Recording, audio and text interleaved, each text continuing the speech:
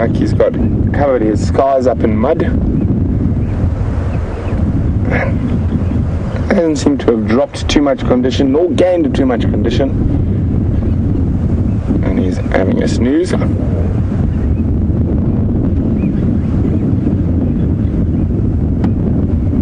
Such funny little ears hippos have.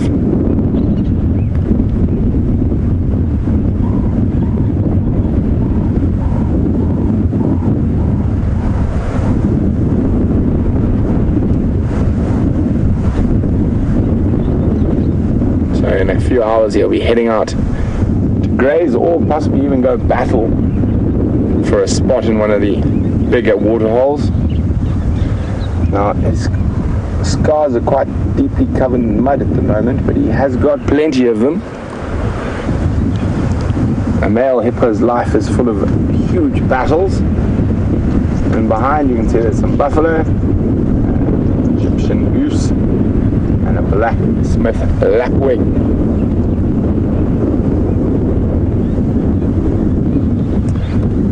Quite a strong wind blowing. There's a lapwing and a buffalo. Two lapwings and a buffalo.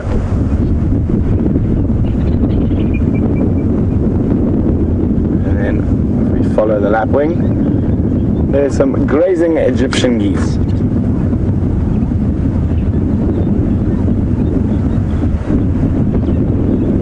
See them eating the nice fresh grass.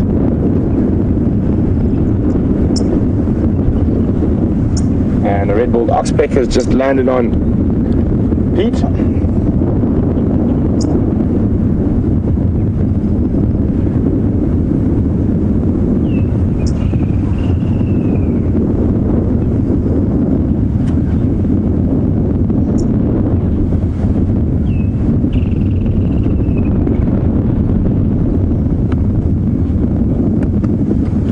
So, just looking carefully there, I was trying to see if that oxpecker was going to open up one of the wounds on Pete's back, but it just used Pete as a drinking platform. And let's carry on, let's see what else is around.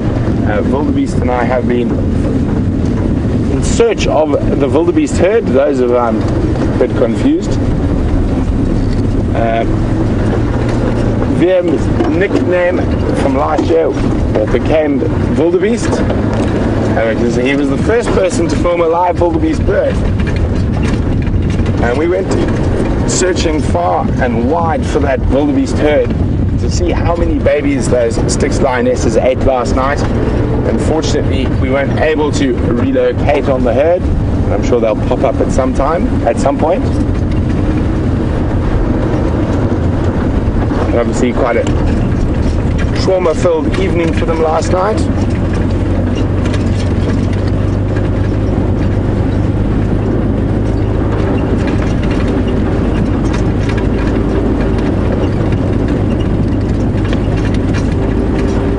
We're going to head up towards Quarantine, see what else is around there.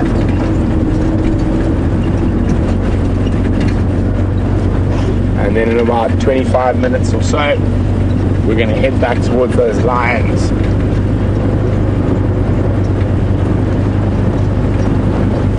Such strange weather at the moment.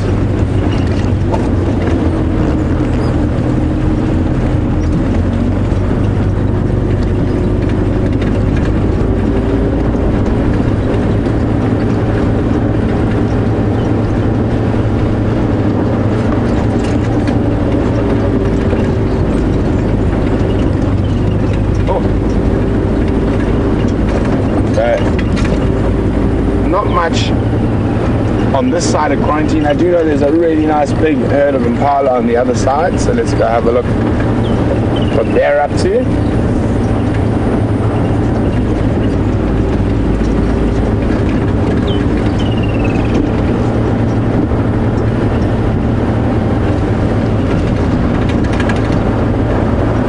We started with impala here, but let's try get a little bachelor group.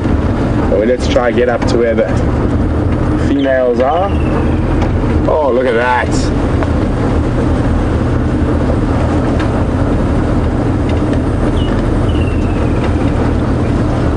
Nice big group.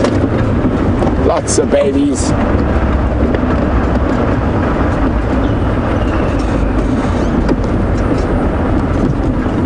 Oops, hello little guys.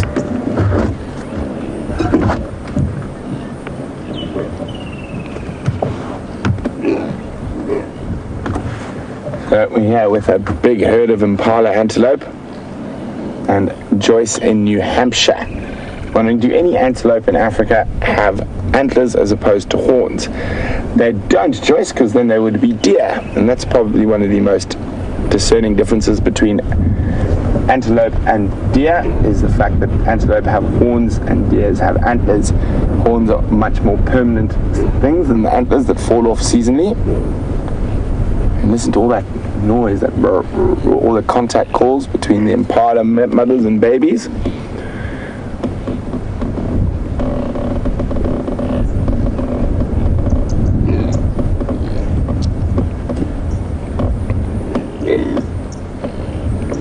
Oh, it sounds like burps.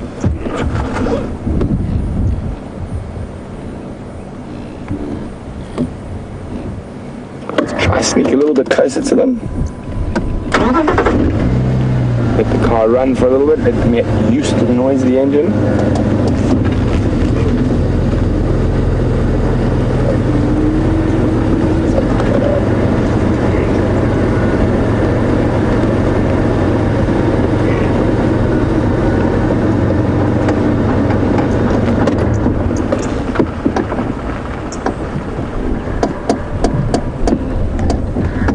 Right amongst the herd now.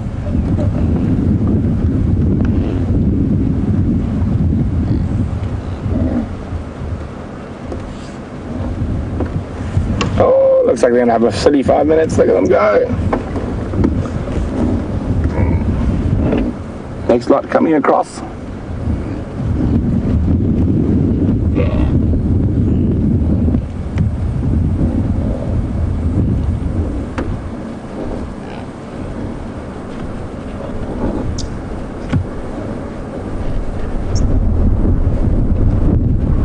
So a lot of animals like to sleep on these big open areas like the quarantine clearings. It gives them a little bit of a better chance to spot potential predators.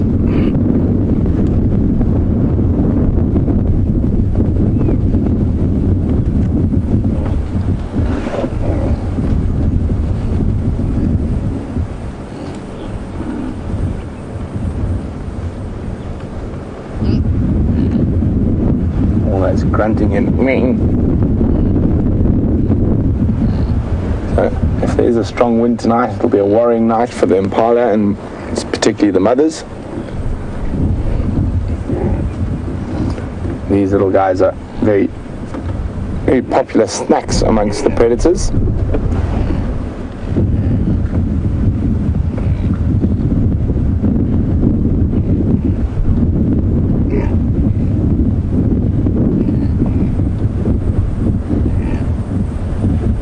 Very cute, all the babies.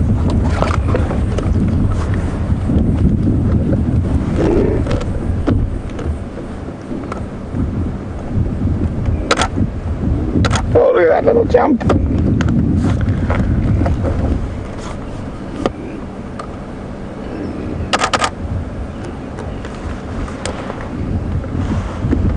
Lovely light on them this evening. Here comes the male off to the left there, and Gerda says that male did his job well.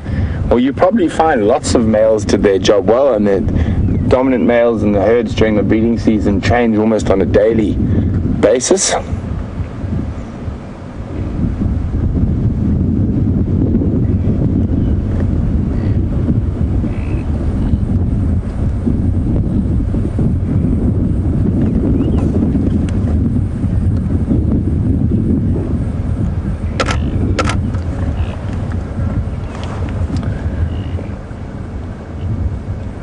Sweetums would like to know, how on earth do moms know their babies or babies know their moms? And it'll be by smell. Yeah, just have a look at these two females. Look like they've seen something. They're suddenly very, very alert. Well, they were a second ago. So they've decided whatever they were looking at is not that much of a threat.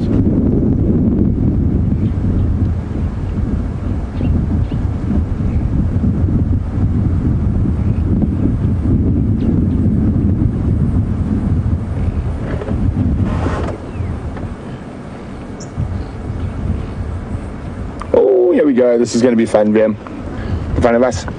When impala runs, they all must follow.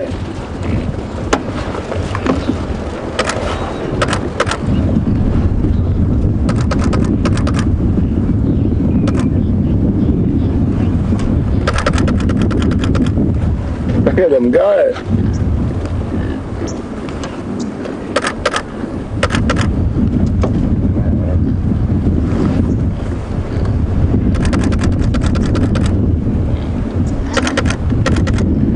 Herd behavior.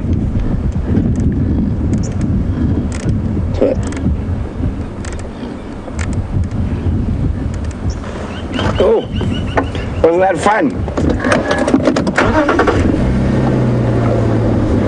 It's very much herd behavior. One animal runs and they all follow just in case there's a predator somewhere.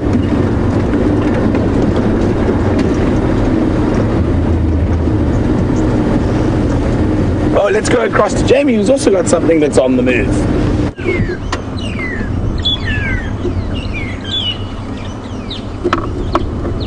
Cute little dwarf mongoose. As Brent makes his way back towards the biggest predator on the reserve, we've got the littlest one. And what voracious little predators they are. I'm going to try get us a bit closer. They're quite relaxed, this group. Hello, monsters. You're up to mischief.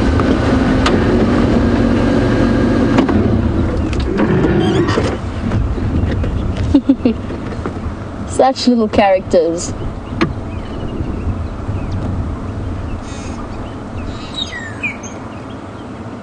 A little squeak.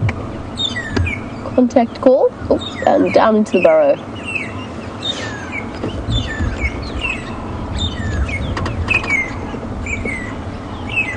This is always the time where they are incredibly active. It's the perfect time to come out. It's not too hot, but they always stick close to their burrows as darkness threatens to descend.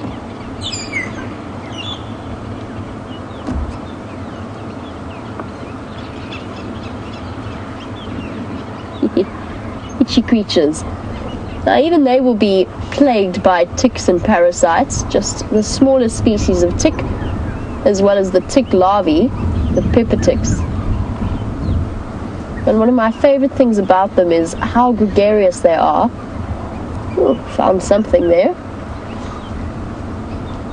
And the way in which they contact call to the other members of the group almost constantly.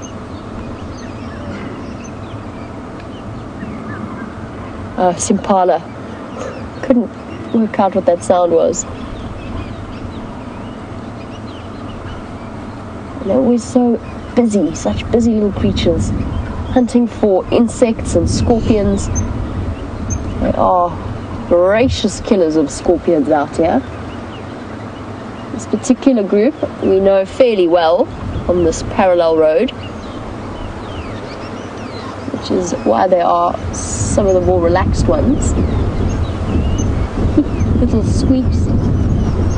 Now what I'm dying to see, and I think we have to get really lucky, of course, is for us to be able to see baby dwarf mongoose. And this would be their peak breeding time, when the insects start to come out with the first rains.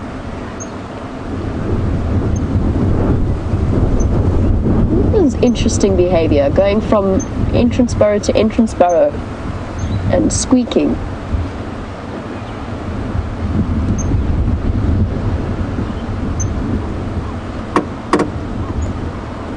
What are you shouting about, little guys? I love those little beady eyes. They always look so intelligent.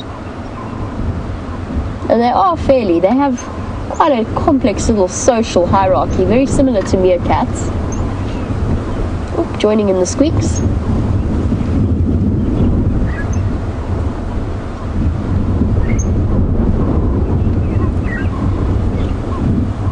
There's one little one that is making a repeated contact squeak call. As I said that, he ran behind the car. Still squeaking, lots of squeaking.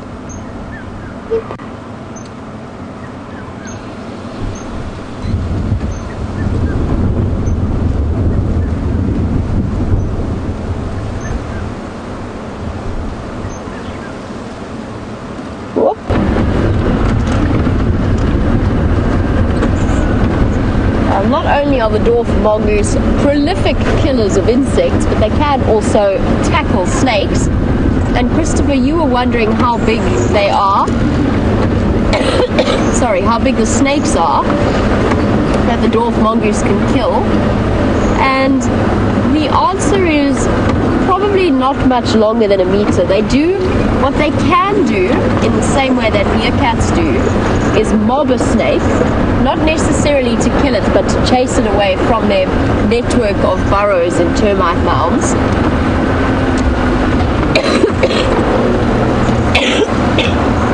So they do that. But in terms of killing snakes, I'd say probably not much longer or quicker than a meter. They are very, very quick animals, but they are not immune to certain of the snake venoms. They might have a little bit more resilience than we do as human beings, but they're not like honey badgers. Honey badgers can withstand strikes from some of the scariest snakes, like cobras, and sleep it off for a while and then get back up and carry on with their duties. Mongoose have to be a little bit more careful, especially with those tiny bodies.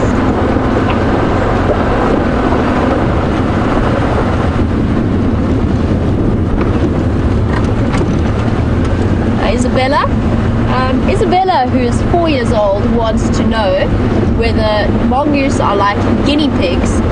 And Isabella, I think guinea pigs make much better pets. Mongoose bite a lot, I promise you. I've had a mongoose bite me in the nose before. So they don't make good pets. They also have a special gland on their bottoms that secretes a really, really ugly smelling substance. So I think if you're thinking about pets, stick to guinea pigs. But they're not like guinea pigs. They're much fiercer, much scarier little creatures. And they've got long tails. And speaking of animals with long tails, while we make our way towards the hyena den, I think that Brent has made his way back towards those lions. So let's head across and have a look.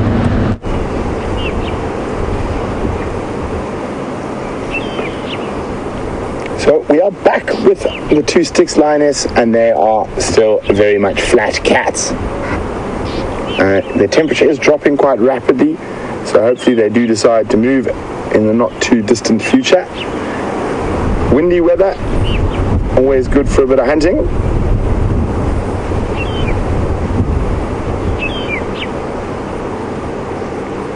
And very strange weather, as we said. There's clouds coming and going constantly at the moment.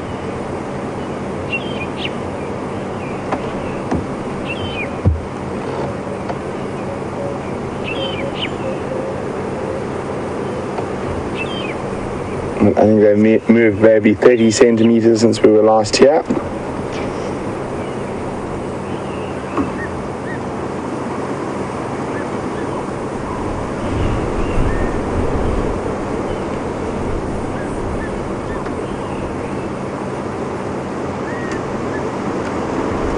Successful evening for them last night.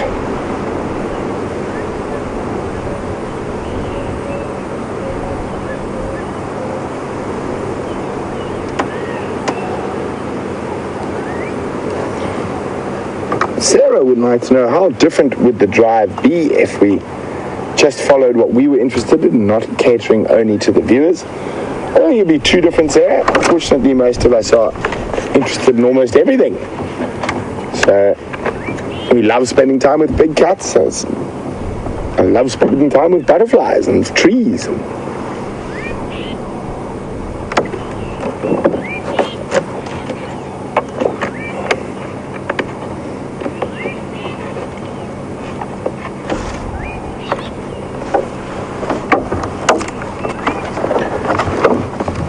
very interesting. I think I was hoping that these girls would get up a bit earlier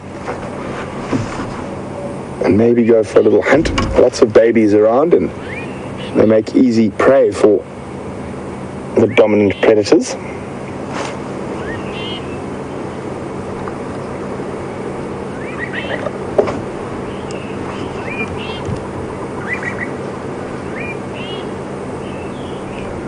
Just trying to have a look if I can get around so we can have a look at their faces. So,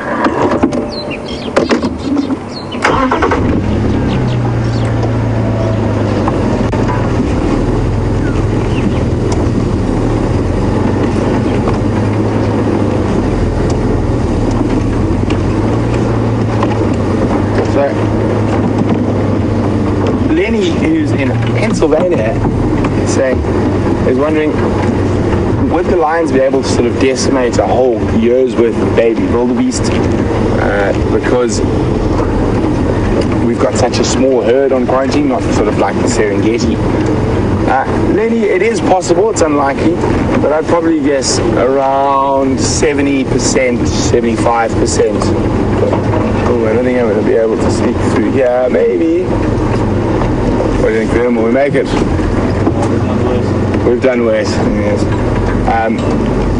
70 to 75%, Lenny, probably a good number of how many of these wildebeest babies will make it.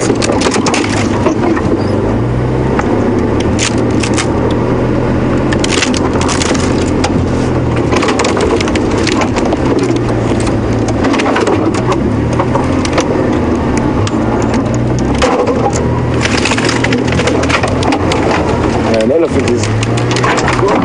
There we go.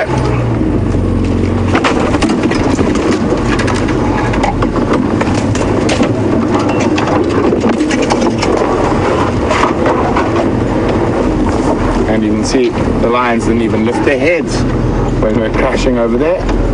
Murphy's Law. And we just get us out of the hole, so get a little bit more steady for Voldy. How's that, yeah? And of course, as we go around, the one lioness just rolls over.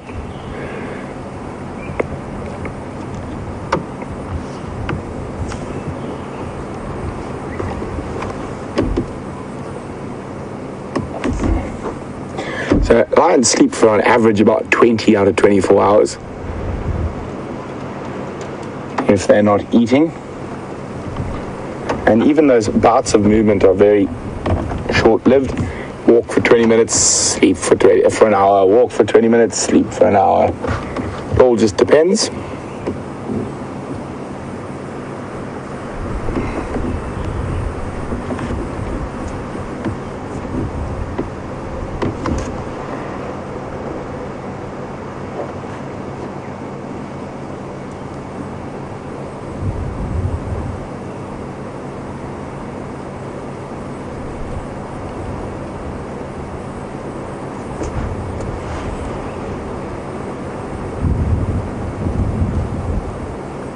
You can see they're panting heavily, even though they didn't have the biggest meals last night. It's been warm today.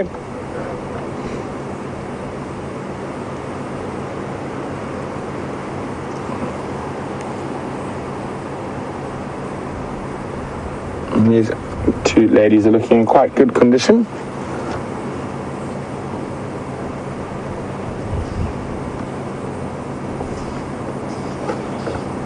Now, can you believe I used to see members of the Styx Pride many, many years ago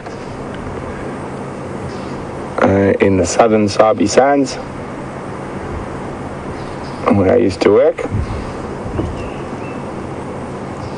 I think there were 8 or 9 adult lionesses back then. So very different at the moment. They've split into sort of 2s and 1s as far as I know. And we haven't seen a Styx lioness for month, over a month, 2 months, maybe even 2 months. I think we had them 2 weeks ago. That was Styx lioness? Was it a Djuma on Easter? Ah, you're right, it was Styx or Tsalala. And that's Crew. Crew that had 2 lionesses, which we think were probably the Styx lionesses on Arathusa.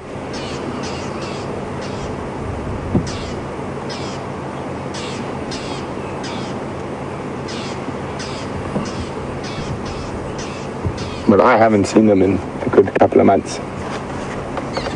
Still, that one's still got some wildebeest left over on her shoulder.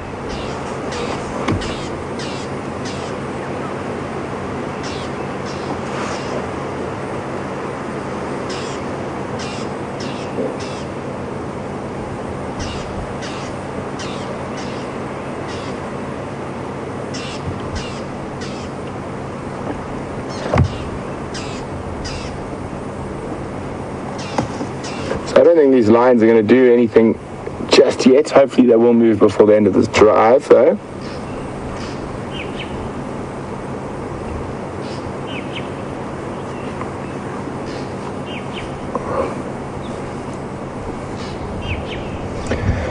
So one of these lionesses is very obviously missing a lower left-hand canine, and Gad is wondering, how do lions lose their teeth?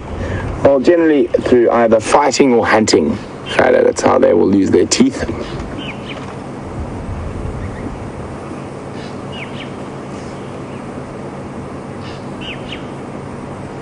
And it's not uncommon to see lions with broken teeth or missing teeth.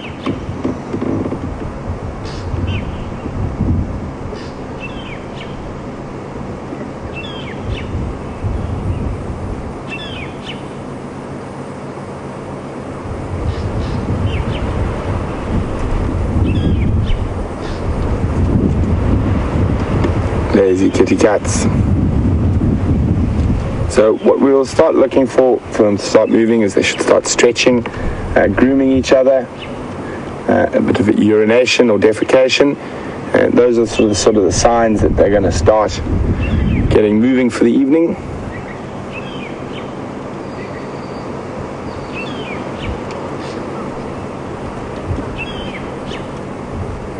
So Jamie's off to try see if she can find one of our other dominant predators here on Djuma, and let's go see where she is. I've got such a special surprise.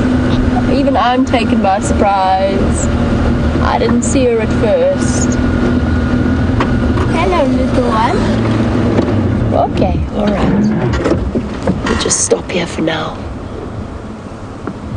Cub's just dashed back into the hole, but it'll come out again. She is still here with her new babies. Hello, girl. That is not a hyena I recognize, but this den is still active. She hasn't moved her cubs. They're still here. Oh, flop. Mommy, if you lie like that, then your cub can't get out. She's a scruffy looking creature. We're going to keep plenty of distance from her. I don't want to stress these tiny little cubs out. They're obviously still not used to cars yet, in the same way that the cub at the Gallagher shortcut den is. And that's because we've only just discovered them. Come on, baby, you can come out. It's okay.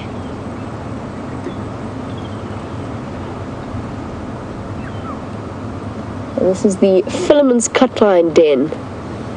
The very first den that was active when I started working at Wild Earth.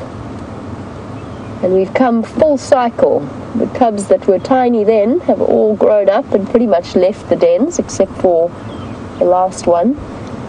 And times have changed. The elephants have done some serious landscaping. They've pushed over that huge shade tree, the knobthorn that was there. I don't recognize this female.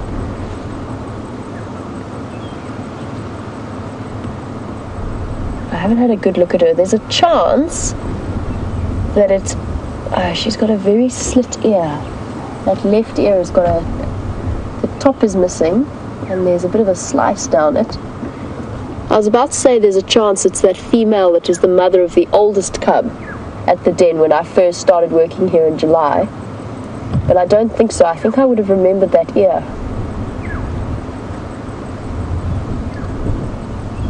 Come on, baby, you can come back out.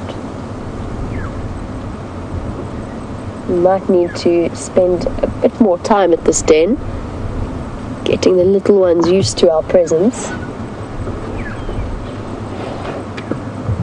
And interesting to watch the behavior of these new mothers. We've seen it with the Gallagher shortcut mom as well. The way that they lie right at the entrance to the den, so that their little cubs don't have to go wandering too far to have access to them. They also spend far more time at the den than the mothers of the older cubs do. And that's just because their little ones need, just like puppies or kittens, need more regular feeding.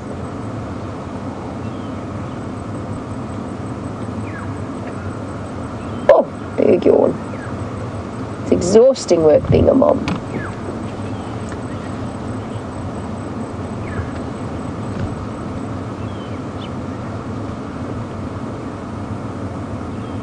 Nope, cub has gone to ground. Apparently there were two. Andrew, were you here with James? There were two. So there are two brand new little cubs in there. And they're just hiding out in the den. I'm hoping that if we just sit for the moment, they'll get brave again and come out. But I'm going to keep my voice down and give them plenty of space until they get a bit more relaxed with our vehicle being around. She's much older than the mother of the other den. Now, she'll still be part of the same clan. She just decided to settle in a different den site and have her cubs there. And that's fairly common. It's not uncommon for hyena clans to use different dens at the same time. And I've put it forward as a theory. It's a theory, I don't know if it's true, but I wonder whether or not mothers return to the den that they were raised in, or a den that they have. Oh, look at those teeth. Hello. Peekaboo.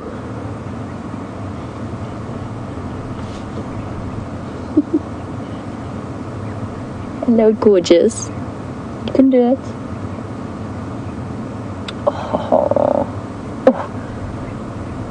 The obstacles of life at that age and size. Trying to climb over mom's legs so she can get to nipple.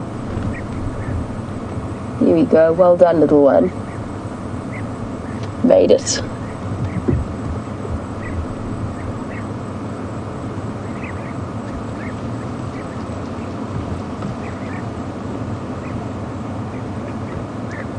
Now, Whitney's asked a very perceptive question. We've chatted a lot about the holes of the hyena dens, and they're obviously too small for the adults or the sub-adults to enter, and that's very useful. It's a way of, oh, cute, quick bath from mom.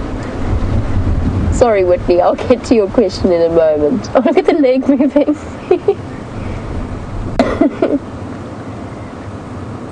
Hello, Mom. Yes, you're very clever. Well done. So the holes in the den are really tiny, and it's a way of the cubs having an escape route. That means that nothing can follow them down there.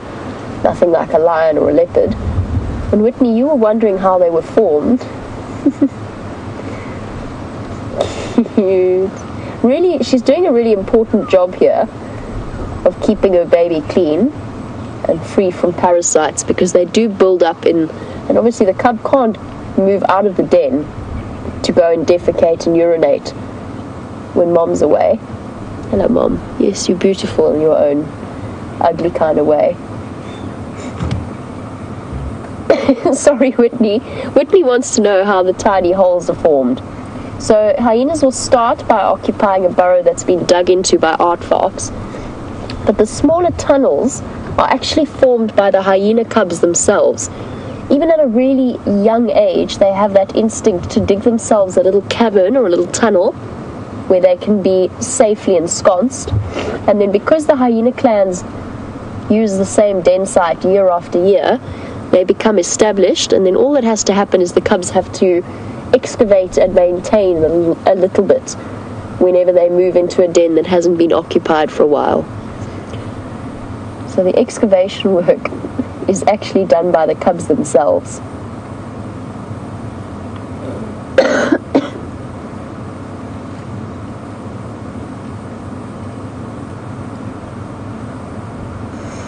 Giving another good clean. I mentioned how the new mothers are hanging out around the entrance to the den, and B. Wilson has said it's almost like they are protecting the cubs by lying there. To an extent, absolutely, but of course Mom can't always be there, and I think it's more just for ease of access for the cubs when they're still a little bit unsteady on those tiny little legs. Because we've seen now with the cub at Gallagher Shortcut, the mother moves further and further away from the den. Where's your other cub, Mom?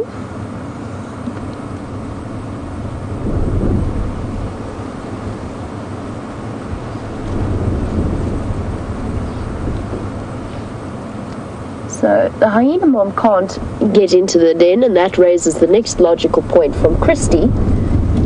Oh, hello. Oh, we are so lucky. I'm not sure there's much on this planet that is cuter than that. Oh, all that curiosity. Hello, Bubba. So Christy's raised a really logical point. If the mothers can't fit in, where do they have their cubs? And how do the cubs end up in the den site? So they'll have their cubs around the entrance to the den, and then carry them up to it and put them at the entrance to the tunnel, and the cub's instinct will be to crawl blindly into the darkness and hide away there until Mom calls them out. And then we've seen it with the hyenas at Gallagher Shortcut. The mom just goes and sticks her head into the entrance. Oh, look how wrinkly its skin is still. And just does soft little contact calls. Oh, this is so special.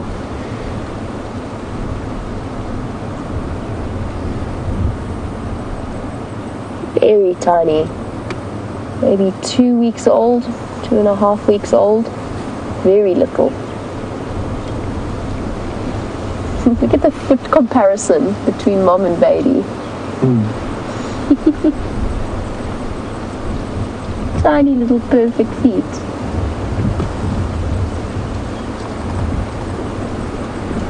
And of course, impossible at this stage.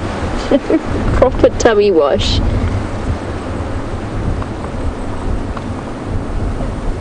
This hyena's got such a sheepish looking face. I don't know what it is about her. I was about to say, of course, it's impossible for us to determine at this point whether it's a boy or a girl. She has 2 cubs, which quite often suggests a male and a female, but not always. You can't say that with any degree of certainty. And particularly with older mothers, because their birth canal is slightly eased open from previous births, they're more likely to give birth to living twins. The younger mothers, very often at least one cub will die in the birth process, just because of that incredible fused tract between urethra and vagina. It's the only mammal that has it, and it makes that opening incredibly narrow.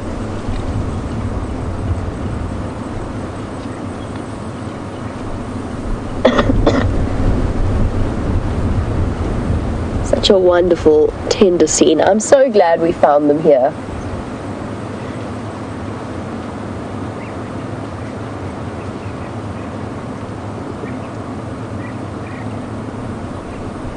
As to where the other cub is, I honestly don't know. It could well still be in the tunnel, just sleeping. Possibly blocked by Mom's legs, although I think if it wanted to, it could come out. She'd just move for it. There's a chance, very slim, but there's a chance that it hasn't made it. Possibly, for example, from a snake bite. Snakes do occasionally enter the den. Maybe wandered away too far from the den and got snatched by an eagle, but I think that's unlikely. I think it's just sleeping in the den somewhere. Possibly pushed out of the way by the sibling. I know that we've chatted a lot about siblicide within hyena cubs and the fact that they are famed for, especially for the female cubs, for killing their siblings. Recent studies have started to show that that is less common than we originally thought. And it's starting to look like canism, which is what it's called when one sibling kills the other, is actually quite a rare occurrence.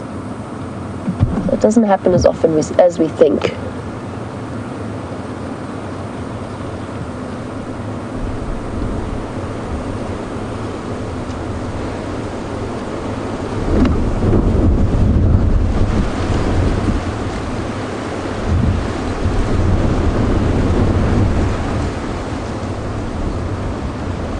Lucy's been very carefully observing our new hyena mother, and Lucy was saying that there are clear bite marks on the top of her head, scars, and that could be a clear identifying feature, and that's perfect. That's exactly what I'm looking for from all of the viewers, is to look for these little details that might show up and give us a hint. We could see her in 2 days' time scavenging off a carcass and recognize her from those marks. Just bear in mind, of course, with scars, that they do occasionally heal.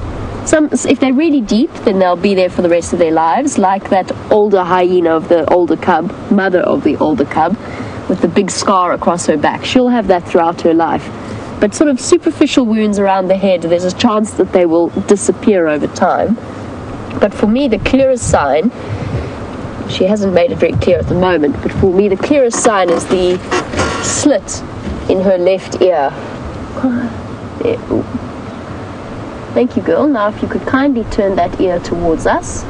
Yeah, there we go, thank you. There you go, you can see at the tip. But there's those scars that Lucy was talking about. That is so clearly a bite mark. It's like a perfect arch of scars. I wonder what that came from. Probably another hyena.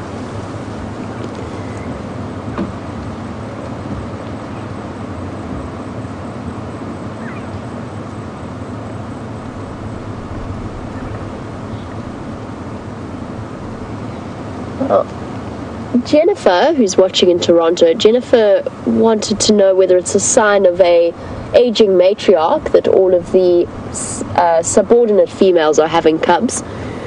And no, not at all. Hyenas, all hyenas within a clan breed. That being said, you're not wrong about the fact that the matriarch's cubs have a higher success rate in terms of survival. Just because the matriarch herself has more access to nutrients, she lactates for longer, she feeds her babies for longer, and they generally stay at the den site for a little bit longer before being pushed out. But I don't think the fact that the subordinates are having cubs has any sign that she's losing her grip on the clan.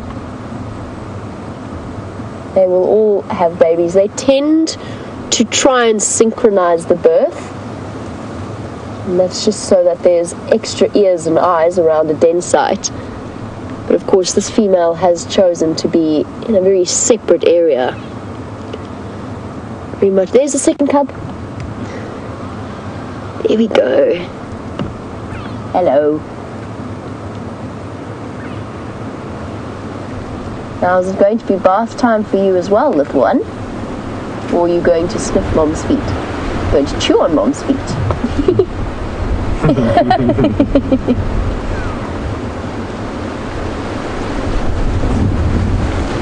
I bet those teeth are very sharp. Now if this cub would kindly oblige us by actually coming out into the open, we could have a look at the size comparison between the two, because even at a young age the females tend to be bigger than the males and a bit more voracious. Shame that little cub's just been blocked. He chewed on Mom's foot and he got sent packing back into the den. She's now blocked him again. Him or her. But even at this age, it should be apparent if they start to squabble over access to milk and teats. You might be able to start to see whether or not it's a male-female dynamic.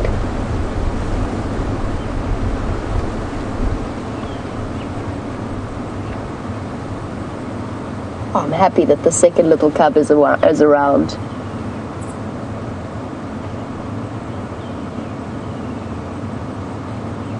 Hello, little one. Okay, you can come out. It's fine. Giving the area a good sniff. All that curiosity and learning.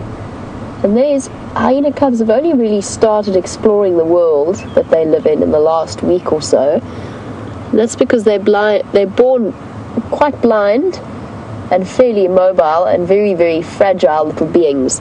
And Gilly, you were wondering what the opposite of precocial is. So, for example, the impala and the wildebeest calves that are up and about and running, they're born precocial, advanced at the time of their birth. So hyena cubs are altricial. That's the opposite. That's the word you're looking for. A description that is mainly applied to birds, but can be applied to the other animals as well. So those tiny little flightless chicks, for example, birds, raptors, have those chicks without really any feather covering. Those are altricial birds, whereas the lapwings and the plovers have precocial babies. Shame, poor little cub still hasn't managed to get out and make an appearance. Possibly still dozy, enjoying the warmth of the den. Personally, I'm really loving this cool wind. Makes such a nice change.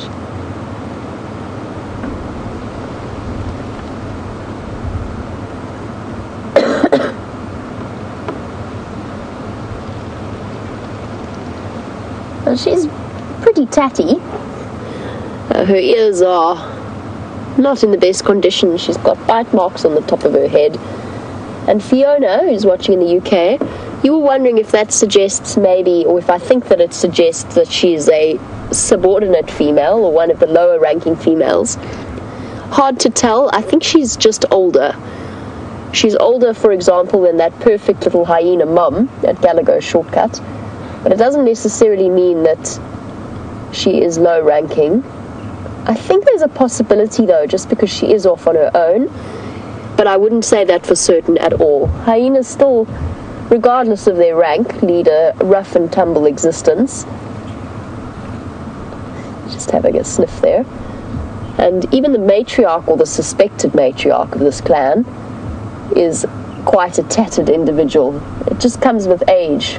Scars collect, marks collect, and rips and tears in the ears, particularly in conflict over food.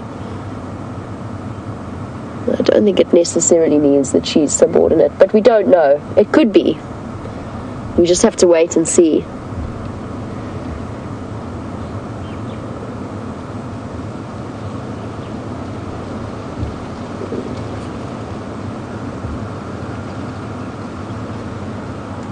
Now we know that hyenas inherit the rank of their mothers, so the cubs of the matriarch, or the daughters of the matriarch, will be higher ranking than the others. And Connie, you've raised a very interesting point, is if, say, she has several daughters, let's say it's the matriarch, just for ease of argument, so a high-ranking female, if she has multiple sets of daughters, will they be more likely to be aggressive with each other, or more aggressive in general, due to higher levels of testosterone? My guess is yes. I think you're right, but I don't know for certain. I'm not entirely sure that anybody knows. I'm not sure how well investigated that is. We know that with mongooses and meerkats in particular, the top-ranking individuals, the females, have high levels of testosterone. Not quite to the same extent hyenas do, but we do know that. But whether or not the females of higher ranks, they will exert their dominance more, which makes me think that they do have high levels of testosterone and aggression. But that's a tricky one. I'm not too sure exactly what the answer is there. It will be interesting to see if we can get a chance to watch the way that this female interacts with other individuals. So far, we've only seen her on her own. Now, if I remember correctly, I'm now racking my brains back to when I started in June. There were the three mothers. The highest ranking was the mother of the youngest cub. At the time, she was the matriarch. Then there was the mother of the twins. That was also quite high ranking, but quite young. So possibly the matriarch's older daughter. And then there was the mother of the oldest cub at the time. I know this is really confusing. Bear with me for a moment. I'm just thinking it through in my head. And she was quite low-ranking. She was quite a low-ranking individual, just judging by the way that the other hyenas treated her. So I'm wondering whether or not this is actually a low-ranking female, but we just don't know. We don't know yet. We'd have to watch more interaction with her. It's interesting that the other cub hasn't decided to make an appearance.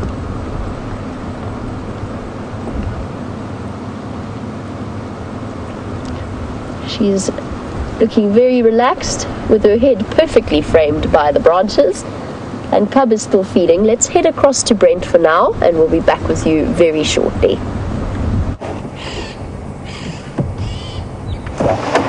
So as you can see, the lions have not moved an inch. They've rolled over a few times, but not much happening. And isn't that great that the hyenas are around? And busy and keeping you entertained. We are hoping that these lions are going to move before the end of the sunset safari. I'm starting to think it's a bit unlikely. Maybe 5 minutes before, who knows? You never know. We can try predict animal behavior and movements as much as we want, but often they will just do the complete opposite just to keep us on our toes. Yeah. Little ear twitch is about the most movement we're going to get at the moment. So while those hyenas are being cute and the baby's around, let's go back to Jamie and see what they're up to.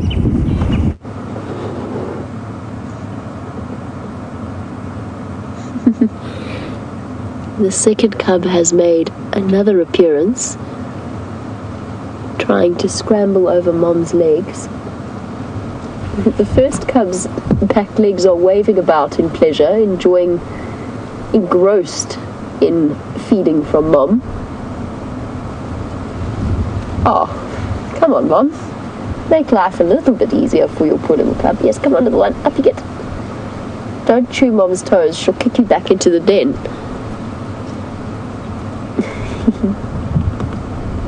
Oh.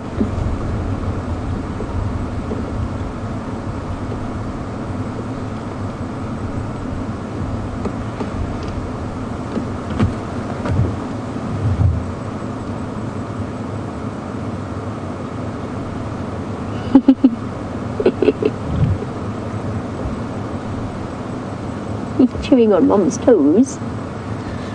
Ah, getting brave, are we? Oh, they are so tiny. So this little one, Lois has picked up on the V on this little one's forehead. And Marianne picked up that the other cub has quite a white back foot. All features that I think will serve us well for the next week or so before they start to change. This one does have a very bald face. Oh, shame. Come on, baby. You can do it.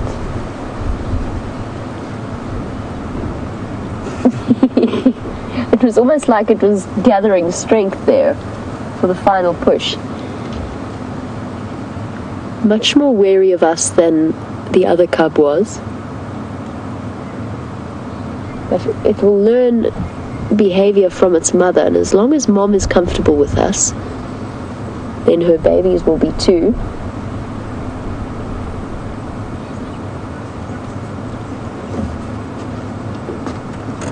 And still, oh, fall back down again. Oh dear. Life's tough when your back legs are that weak in the beginning. Oh, scramble, scramble.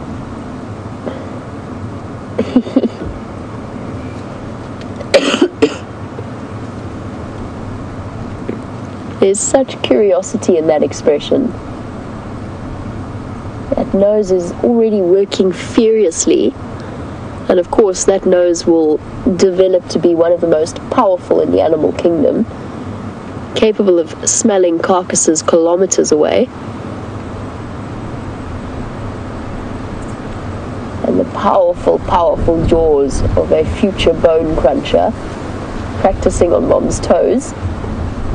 Apparently quite successfully.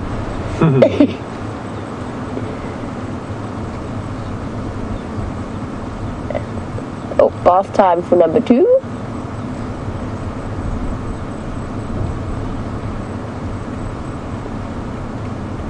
I love watching female hyenas with their cubs, especially when they wrap their mouths around them, and you think about the incredible power that they have in their bite and how gentle they are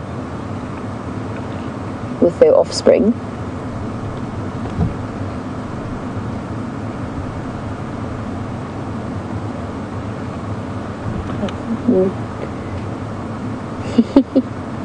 It's your turn now, little one. Getting a thorough cleaning from Mom.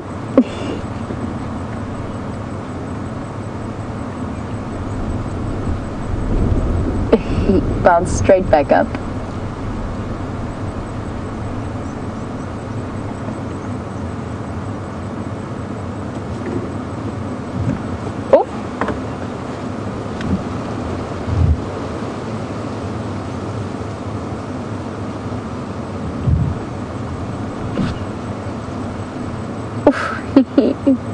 That is so cute.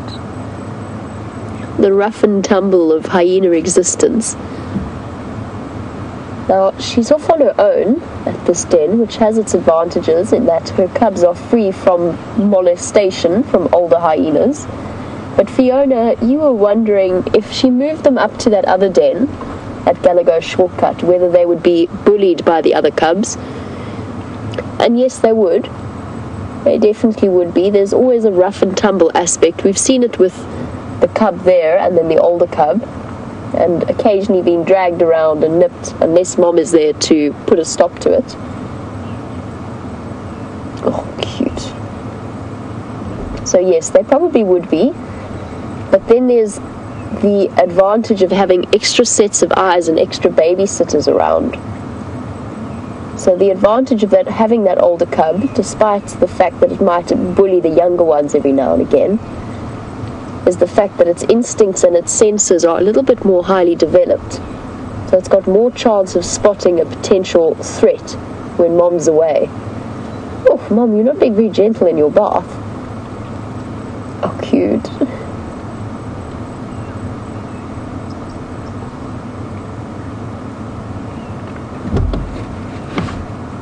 Oh, the not so gentle detachment of the cubs. Oh, she's quite a dirty looking one. She's been around the mud at some point. And the instinct of those little cubs at such a young age is to go straight back into the den. As soon as Mom even shows signs of moving away.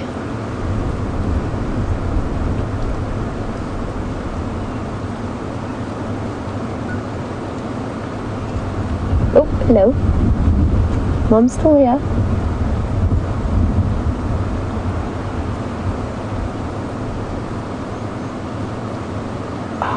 We're so lucky that we get to watch these little creatures grow up. This whole process is entirely fascinating. Nope, back down again.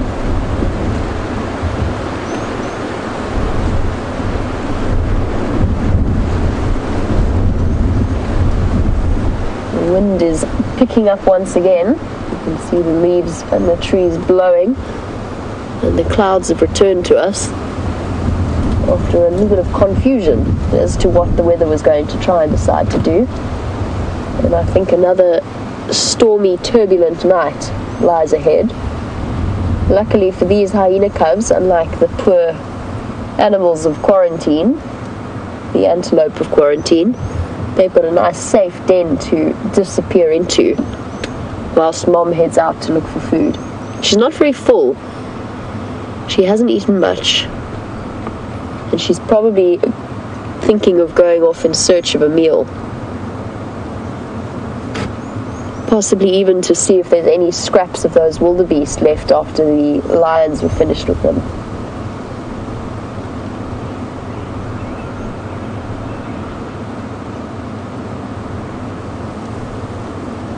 Now, as soon as she moves away, then we will leave the den just because the cubs are very, very young. It is starting to get dark, and we certainly won't be shining spotlights on them, and we definitely don't want to be an additional distraction that might upset the balance of things in any way. She's just standing sniffing for the moment.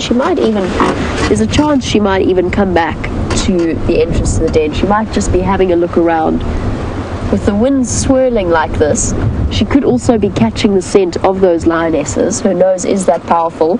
Brent is probably about 500 meters in that general direction. So where the wind is swirling from, I think she's going to go back.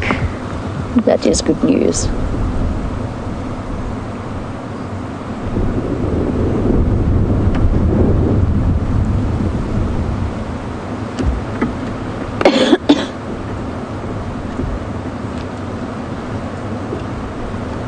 What's the plan, Mommy? You're going to settle, or are you going to...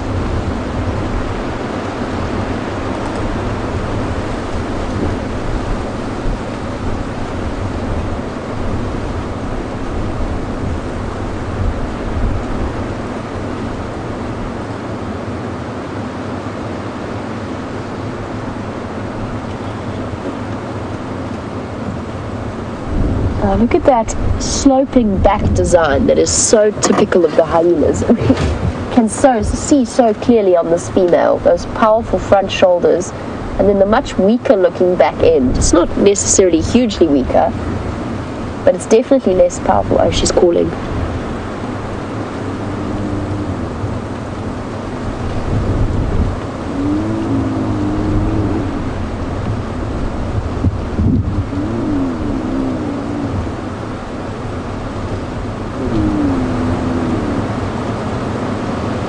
Instant response.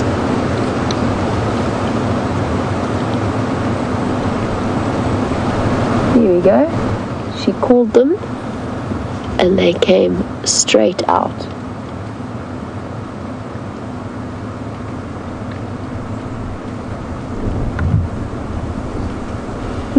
Little one trying to suckle away. Sorry, I was about to launch into Gilly's comment. A little bit of a squeak there.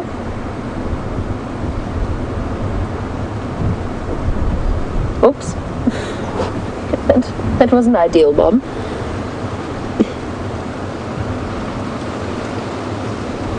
Oh, they're so cute. Just while we're looking at her back legs, Gilly, you are right. Oh, hold on. Yeah. Mommy, why did you call them out if you're about to stick them back into the... This is so interesting. This is now the second time that she's done this. I know that she did it when you were watching this hyena den with James. Oh, the little one doesn't want to go anywhere. Not having it. Straight back to den. Fascinating behavior. I'm not sure what she's thinking about doing with him.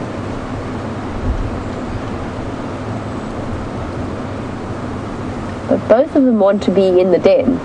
They don't want to be wandering around the side there, or close to Mom at least. There, she's picking it up again, or thinking about it.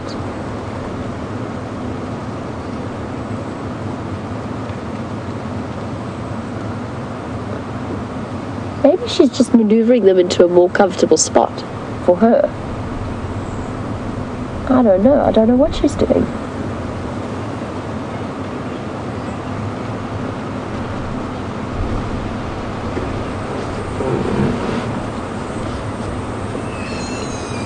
Squealing. Squealing. The two of them have set up a wailing sound, running straight back to the den. This is exactly a replay of what happened with James. Oh. This is fascinating. She's calling it again. It's like she's cross with it.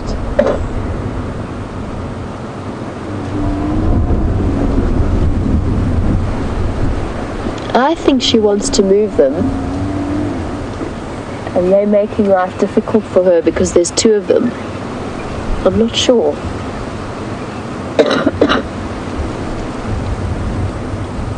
And it is so interesting. I'm not repositioning for the moment just because I want to see how the scenario plays out. And I don't want to add to the fear of the cubs because they're clearly quite scared. They don't want to be away from the den. I think that they're a little bit too young for her to be moving them.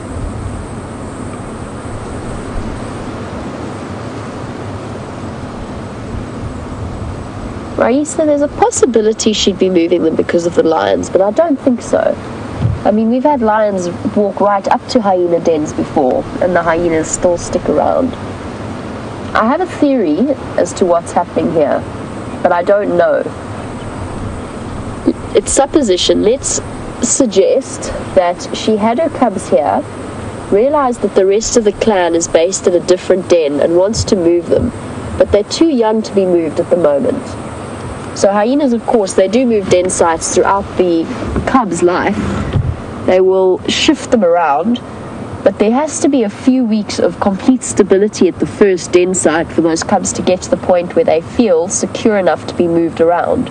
And at the moment, this den is the only one they know. Now, if she only had one cub, she could carry it all the way without having to worry about it. But because she has two, the minute she starts to carry one and it starts to squeal, the other one starts squealing in response. So she drops the one out of concern to look back at the others, and then the other one disappears into the hole. And I think that is sort of the scenario that is being played out here. But now she's separated her two cubs because the one's gone into the one hole, the one's gone into the other. And both of them refuse to... Oh, here comes the one. I was about to say both of them refuse to respond to her calls. Really interesting. It's guesswork. What I just said is not fact, it's guess. There could be any number of reasons that we don't know behind what she's doing. But it was fascinating. That is fascinating. Oh, both cubs. There we go. So they've made it through the connecting tunnel. Reunited once again. In defiance of Mom's orders. Two little troublemakers. Fascinating. This is why I love hyenas, and I particularly love hyena dens. It is starting to get very dark, so we're limited to the time that we have left to spend here. As I said, I won't be spotlighting them.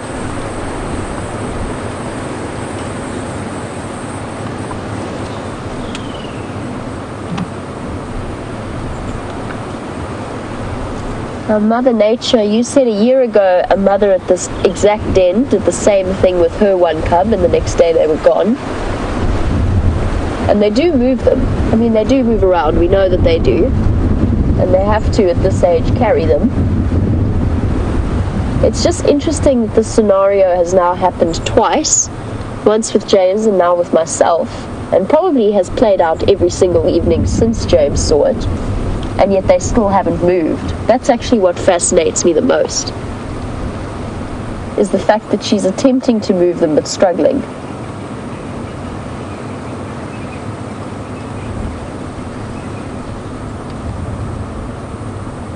Hey girl, well, your baby's not listening to you. Or they're being defiant.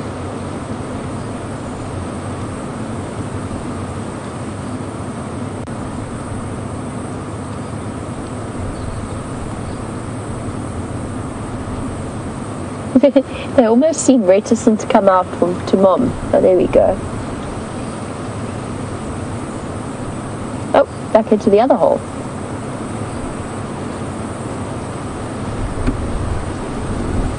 Ah.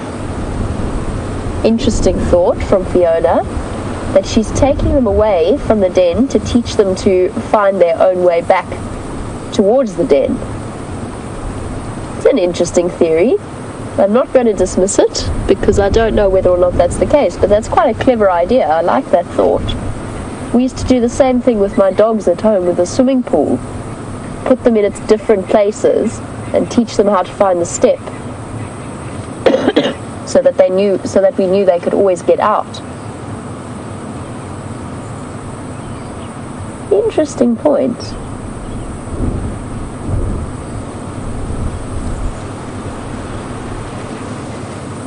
I don't begin to suggest that I know the answer to this. Oh, back in. I mean, she does seem sort of restless and on edge. And indecisive, almost. Like she doesn't quite know what to do with her tantruming toddlers.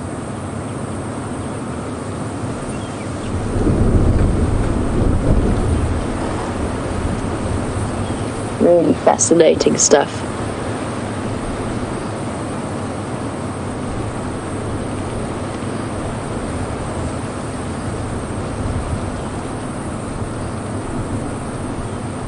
And Sarah, I think you're right. I think it would be very dangerous for... Oh, she's calling again.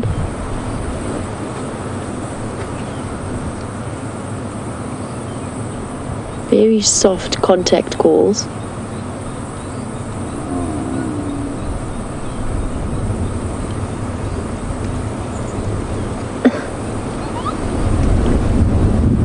Little squeaks in response.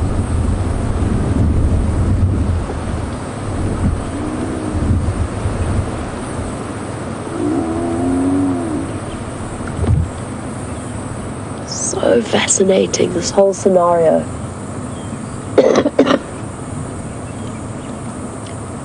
So Sarah, who's watching in Ohio, you said it would be dangerous, surely, to move them in the dark. I happen to agree with you. I think it would be more sensible for her to move them during the day. And I know that the times that we have seen them moving, or the one or two times we've seen them moving their cubs, it has been in the morning. And I'm almost certain that hyenas are smart enough to figure that out. That just doesn't necessarily mean that they will always go by those guidelines.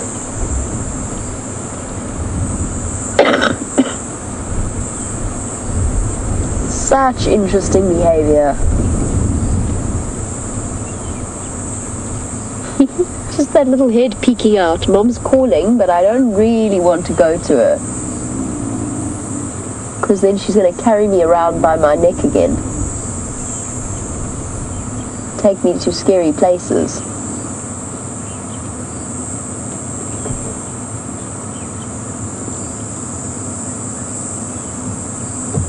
It's really hard to see in the dark, but I think that the second cub has come out to Mom. But it's so... oh no. Is that... it's very, very dark to me. I agree. Animals are fascinating. Textbooks don't tell you nearly everything. And the animals, of course, don't read them. So don't necessarily play by the rules. And spotted hyenas in particular, to me, are so incredibly complex.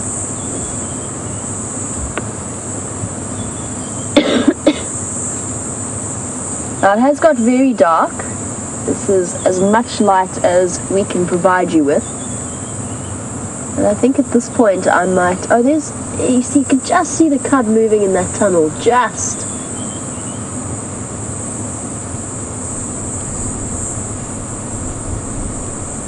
These little flashes of movement. I'm hesitant to cause them any more disruption, or any disruption at least.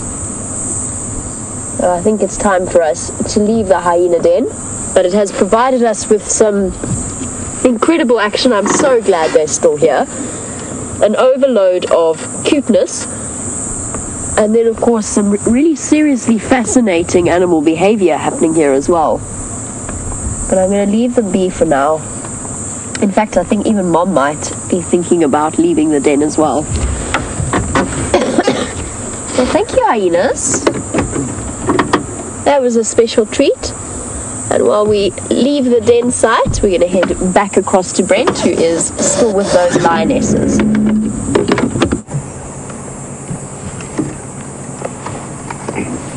So, not much has changed here.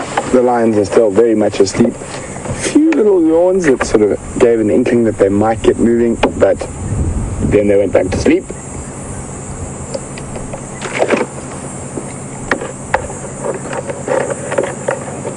Well, this is what lions are good at. Sleeping. Move forward a tiny bit. There you can see her face.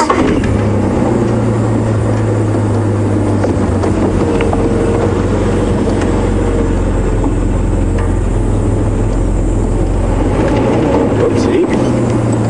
Oh, sorry about that, girls. Just lock in. In a bit of a hole there. Oh dear, we're going to have to sleep next to the lions.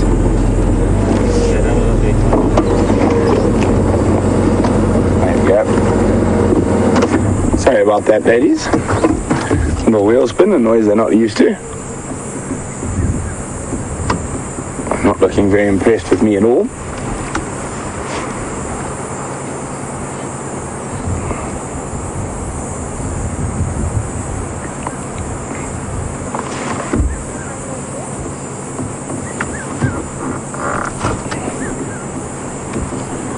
Big cloud banks moved in, so it'll be good hunting weather for them in the second night in a row. Windy and dark.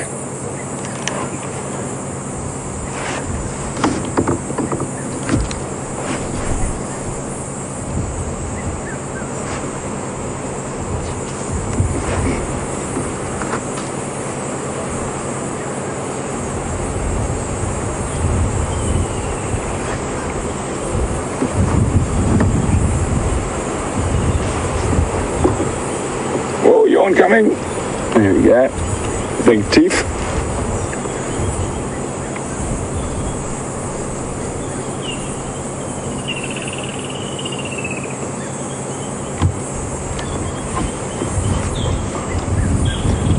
Oh, there we go. Bit of stretching.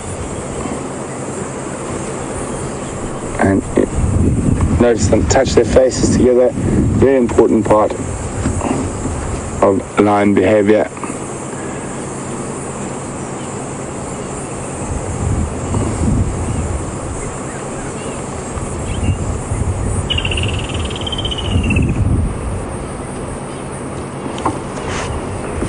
A shadow from the branch over her face.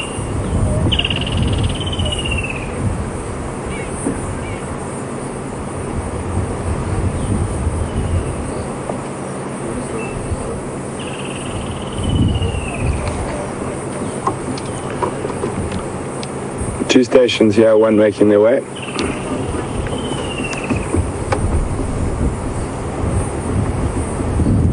Oh, she might go for a drink.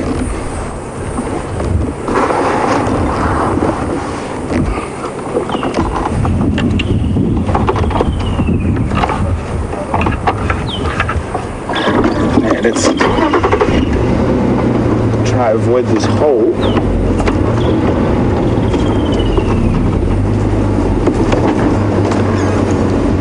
Over and back. That big hole we slipped into just now.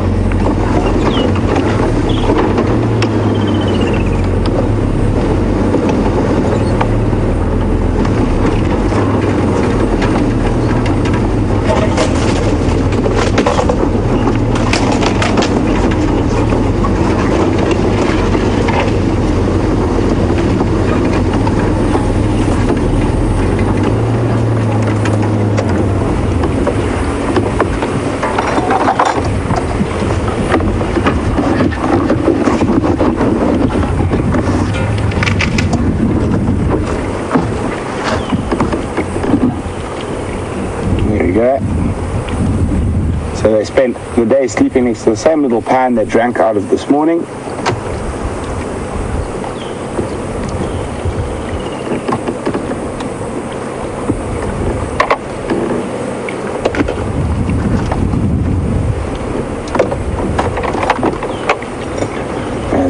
just sort out the spotlight lead. It's got it entangled. There we go.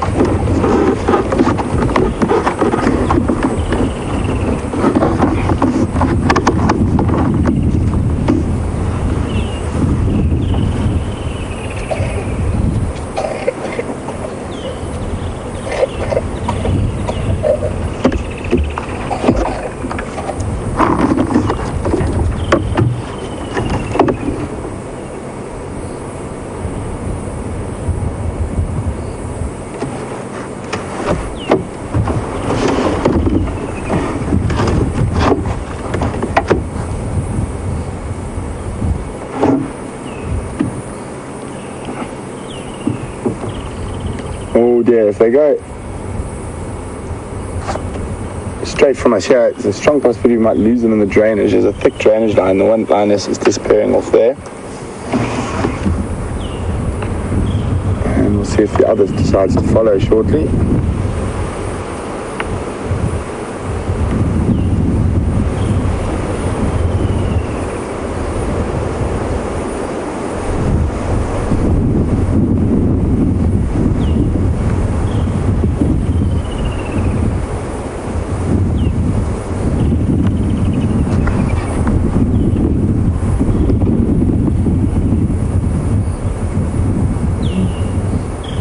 Yeah, the one calling to the other. She's come back a bit.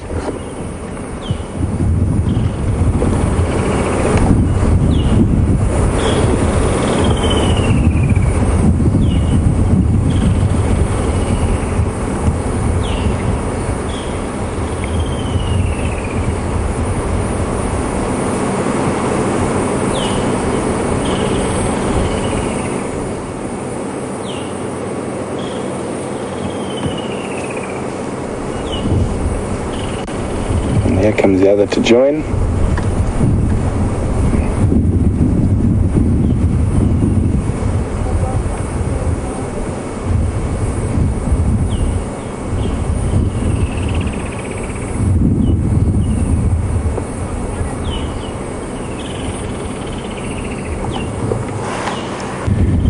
Also wonderful elephant earlier today. Just go move quickly, see if we can get one last glance of them.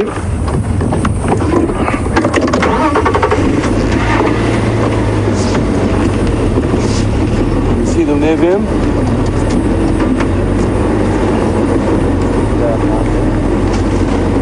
Can I keep going? Am I good? There you go. Oh, they're heading down towards the drainage line. So they're going to disappear and we're not going to be able to follow them through there. So let them be off on their way hunting for the rest of the evening. They might just sleep there. There they go. What a fantastic evening safari. Don't forget to join us on the sunrise safari tomorrow. From Jamie and myself, have a wonderful time and good night.